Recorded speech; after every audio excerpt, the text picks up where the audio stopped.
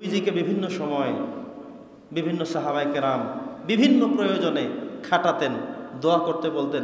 একবার বৃষ্টি হয় না, সাহাবেরা বলছেন, ইয়া রাসূলুল্লাহ, জুমার দিনে ইয়া রাসূলুল্লাহ দোয়া করে দেন, কোনো বৃষ্টি নাই, আমাদের প্রচণ্ড কষ্ট হচ্ছে, আর পারছি না থাকতে। নবীজি আল্লাহর কাছে এমন করে দোয়া করলেন, আল্লাহ তুমি আমাদের বৃষ্টিতে সিক্ত করে দাও। সাথে সাথে বৃষ্টি শুরু।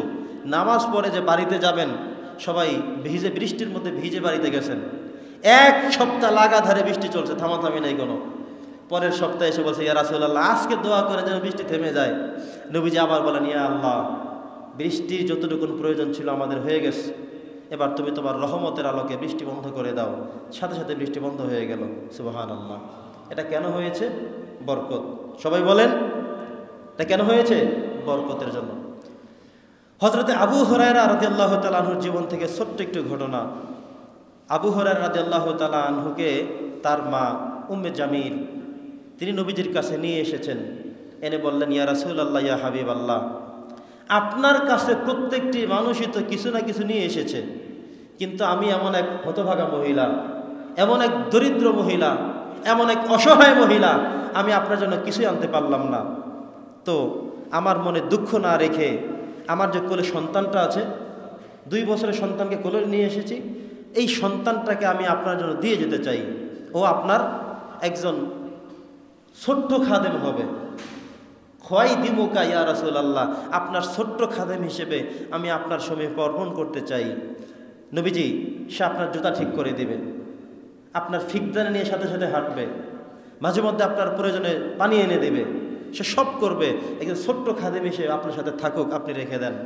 নবীজি রেখে দিলেন এবং তার মা বললেন, ইয়া রাসূলুল্লাহ আমাদের জন্য একটু দোয়া করে দেন।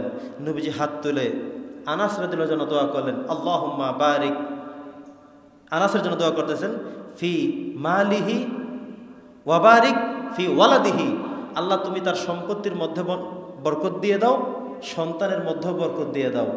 ইতিহাস থেকে পাওয়া যায় তার সন্তান ছিল সর্বমোট 80 জন, 78 জন ছিল পুত্র সন্তান, 2 জন ছিল কন্যা সন্তান। সুবহানাল্লাহ। এত সন্তান কিভাবে হলো? আর তো কারো হলো না। ওই যে নবীজি দোয়া করছেন, আল্লাহুম্মা বারিক ফি মালিহি ওয়া ওয়ালাদিহি, তুমি তার সম্পত্তির মধ্যে আর সন্তানের মধ্যে বরকত দিয়ে দাও।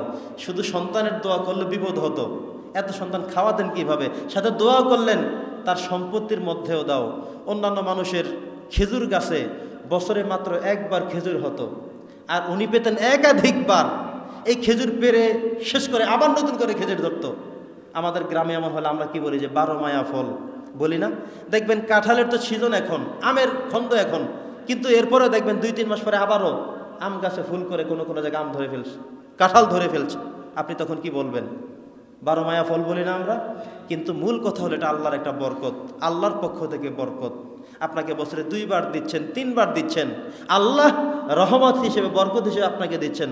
তো আনাস রাদিয়াল্লাহুর জন্য দোয়া করলেন। নবীজি দোয়া করেছেন, আল্লাহ তুমি তার সন্তানও বাড়াই দিবা, সম্পত্তিও বাড়াই দিবা।